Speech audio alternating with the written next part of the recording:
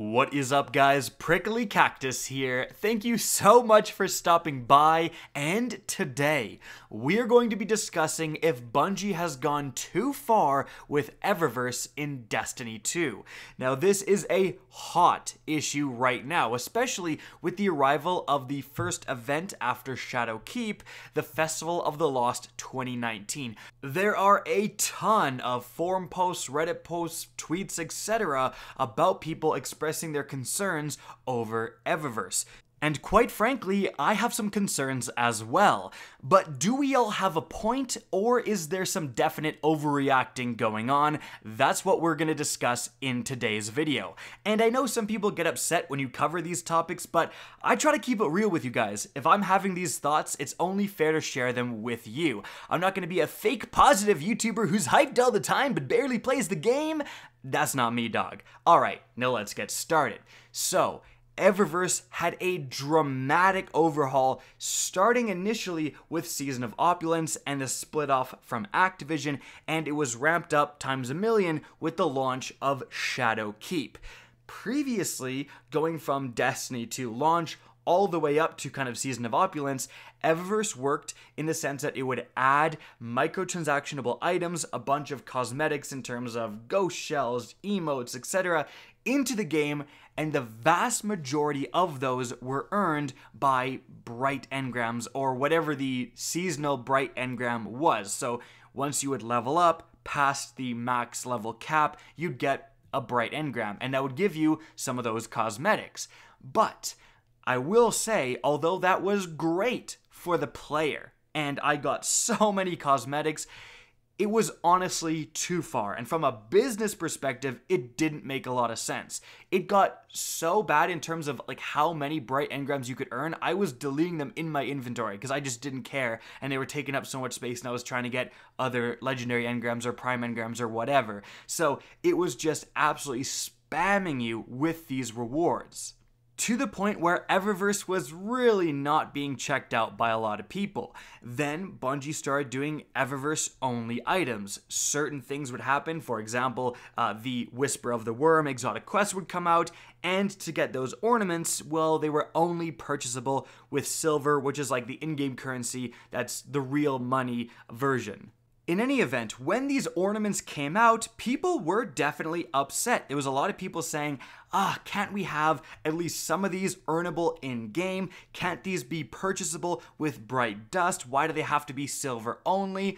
But they were purely cosmetic. In fact, pretty much everything in Eververse is purely cosmetic. Nothing really, except for one tiny example we'll talk about later, can be considered pay to win in any sort of respect. So it's not gonna help your Guardian beat a raid easier or anything like that. And Bungie actually came out and said, look, enough people bought Whisper of the Worm ornaments that we were able to fund the entire exotic quest for the Outbreak Perfected, almost. That is what players want to hear, that these in-game items that, you're already paying for the most part at the time, we'll talk about the transition to free-to-play, but you're already paying for a full-price AAA game and expansions on top of that, and then you have an in-game store. A lot of people feel like that's just a little bit too much. But if they can actually say, hey, here's where your money is going, it's to more content, it's to better content for the game, a lot of people are actually totally okay with that. So it started very player-friendly, arguably too player-friendly. We started to get these silver-only options, and then it evolved with Season of Opulence to the point where no longer was there a Season of Opulence version of a bright engram. You didn't get those at all. You got nostalgic engrams where you got previous seasons worth of the cosmetic Eververse items. Now, if you wanted the items from Season of Opulence, you had to directly buy them. And that actually continued over into Shadowkeep. There is no Shadowkeep engrams. You rarely get a best of year 2 engram, and that doesn't include anything from Shadowkeep.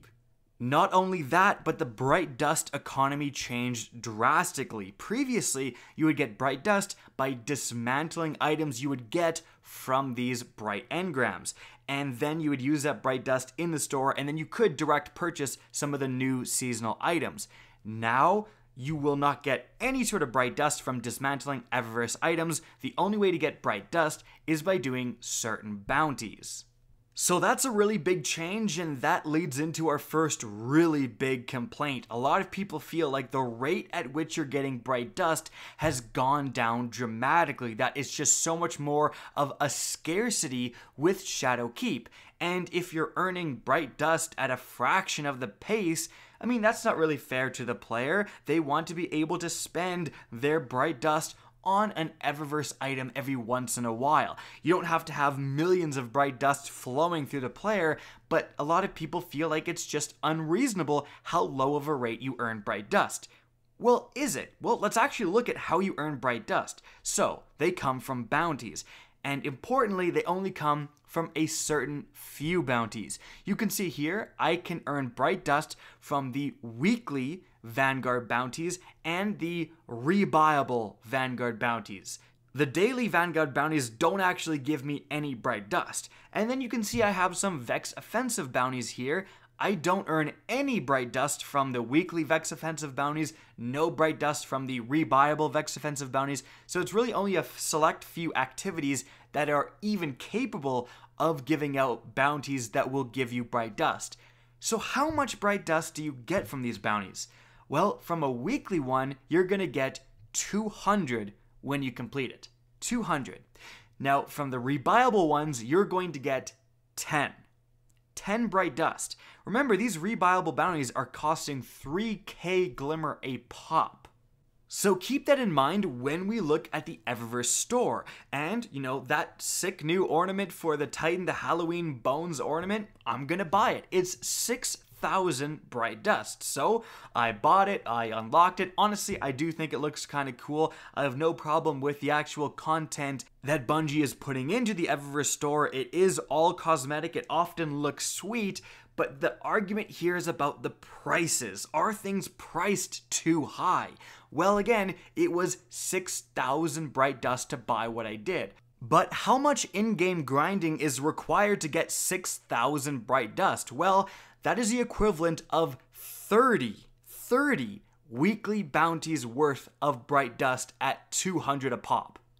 So if you're doing both of the weekly bounties from Zavala and both of the weekly bounties from Shaxx for a week, it's going to take you 7.5 weeks to get 6,000 bright dust. 7 weeks to get this item that it took me 2 seconds to purchase. That's a pretty big discrepancy. Now, of course, you can factor in the rebuyable bounties, but at 10 each, you need to do 20 of those bounties just to get the equivalent of 200 bright dust coming from a weekly bounty. And again, at 3,000 a pop, that is 60,000 glimmer to get just one weekly bounty's worth of bright dust from the rebuyable bounties. And I think a lot of people would agree, that's a little much, Bungie.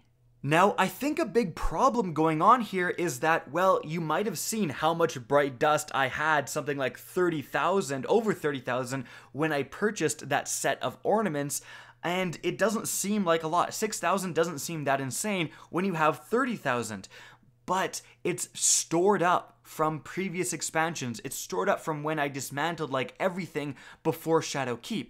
If I keep buying stuff for bright dust and my bright dust gets low, then I'm in a position where I have to do 7 weeks of grinding to buy one of these items, and then you kind of start to realize, wait, this is actually really bad. The rate of bright dust being earned is super harsh.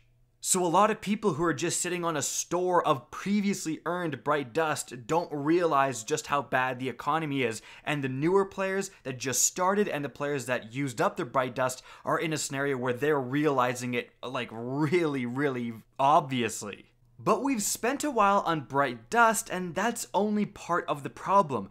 Another part of the problem is that so much of the Eververse items aren't even purchasable with bright dust. Before Shadowkeep, Bungie actually came out and said, hey, the seasonal Eververse items, they're going to be purchasable with silver only at first, and then they're going to rotate into being available with Bright Dust, which is obviously a great thing. But so far, not only has that not happened, the stuff that's been silver only has remained silver only, but according to the database, there's two sections of Eververse gear. There's available with Bright Dust gear, it's actually categorized as such, and then there's available with silver only gear. There's not a big pool. So according to the database, it actually looks like no, Bungie is not correct about that. Stuff that is going to be silver only is going to remain silver only for the entirety of the season. Of course, this may change, but so far, like so many weeks in, we have no evidence of that changing. But it's not just that, it's the fact that the prices of the silver only items in many people's eyes are simply too high. So first off, keep in mind that it cost about 10 American dollars to get 1,000 plus 100, but basically 1,000 silver. Actually more, if you're Canadian like me, it's like $13, $12, but I digress. Now looking at the store, we already have a $10 emote, the Tombstone emote. Now, of course, this is totally voluntary, not required, purely cosmetic, but when you compare that this is $10 and technically a season was $10. The annual pass was $30 for 3 seasons, so Season of Opulence is technically $10. So Season of Opulence, or the Tombstone emote, those are not equivalent value to the players. Cosmetics are always ridiculously overpriced in any game. This is not just Destiny 2, this is Fortnite, this is everything. Like, why is there a $20 skin in Fortnite? That's absolutely absurd. $20 is an entire Destiny expansion. It doesn't make any sense, but they've always been priced like this.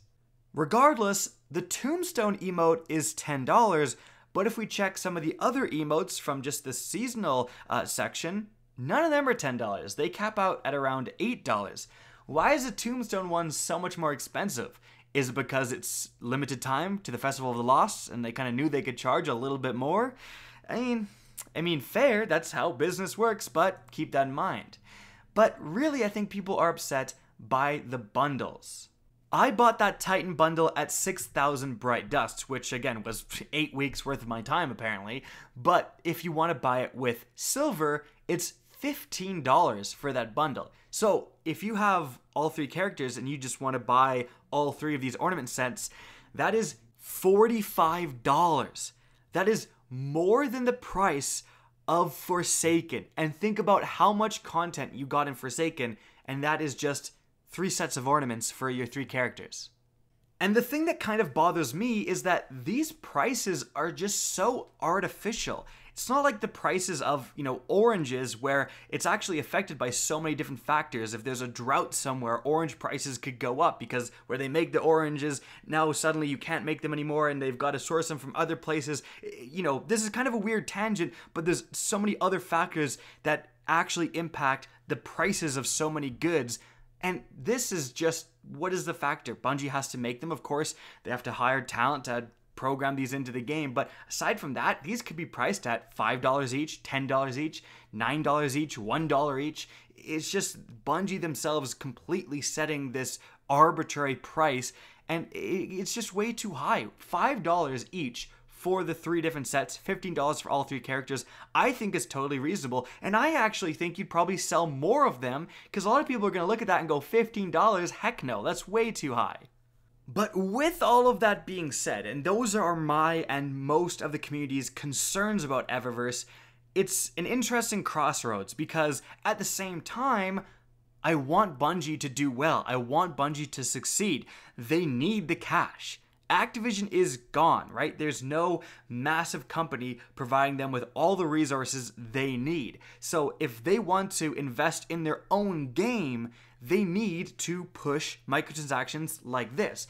Now, again, it's that economics of, hey, if you lowered the prices, more people might actually buy them, they would be more reasonable, and you'd sell more. I think that's a totally fair argument, but at the same time, the whole issue of, oh, why are these in the game? You're already charging for Shadowkeep, and then you're charging even more so in Eververse. Well, to keep all of these things running to add as much content as the player base truly desires, they do need a microtransactions store like this. And it is purely cosmetic, again, with the one weird scenario of the fact that the length of your gun actually impacts its damage range, and so certain ornaments actually give you an in-game advantage. Like, I'm dead serious. It's the weirdest thing. Fallout Plays kind of discovered it, and that is arguably pay to win in a little bit of an aspect, but it's super minor, but still, Bungie, fix that. What the heck? But that specific scenario aside, purchasing any of these things is not really going to help you in-game. And you can still get a lot of content and a lot of fun out of the game without ever going into the Eververse store. However, the main problem here, and what I would like to end the video with, is the fact that every time there is an event like the Festival of the Lost, this is going to be highlighted. Bungie is trying to have a Bright Dust / silver economy, but they're charging too much for the silver items, in my opinion, and also making Bright Dust super hard to earn. It's like, Bungie, you can't have it both ways. You either need to actually make Bright Dust reasonably earnable and let us buy a few Eververse items every once in a while, and then also have strictly silver purchases, or if you're going to make Bright Dust this hard to get, everything should be available to purchase with Bright Dust, for goodness sakes. And I think you could introduce some little changes, for example, making all of the weekly bounties available to earn Bright Dust, like the Vex Offensive bounties, the Moon bounties, etc. We're not talking about an insane amount, we're only talking about 200 a pop, but 8 weeks of grinding for enough to buy a little bundle is a little bit ridiculous. And there's also no reason seasonal things need to be this expensive in terms of silver, and also overpriced compared to their normal seasonal counterparts. They're already limited time. They don't need to be limited time and more expensive. Yes, Destiny 2 is free to play in some aspect, but it's still charging for the DLCs. There's still additional revenue streams. It's not like Fortnite or Warframe or all those other games that are just truly free to play. I guess Fortnite has the Save the World mode, but that's regardless, those games are really just true free to play. Destiny isn't quite there yet, and yet it's trying to have the pricing model of the games that are truly free to play, and that's a little unfair to the player base. So guys, that's my issues with Eververse. Those are my concerns, but also, again, I really do want Bungie to succeed, and so I'm definitely more lenient on them in terms of Eververse as I would otherwise be with another game. If this was Call of Duty, if this was something else, I'd be taking them to absolute town, but we should give a little bit of slack to independent Bungie. That's it for the video. I hope you enjoyed, found this informative. If you did, please remember to help me out by simply rating and especially sharing this video. If you guys want to see more Destiny 2 content similar to this, don't be afraid to slap that subscribe button. If you want to get in touch with me and keep up to date with the latest channel activity, the best way is to follow me on Twitter at @RickKackis. That's linked in the description down below. Again, I hope you enjoyed the video, and as always, have a good day.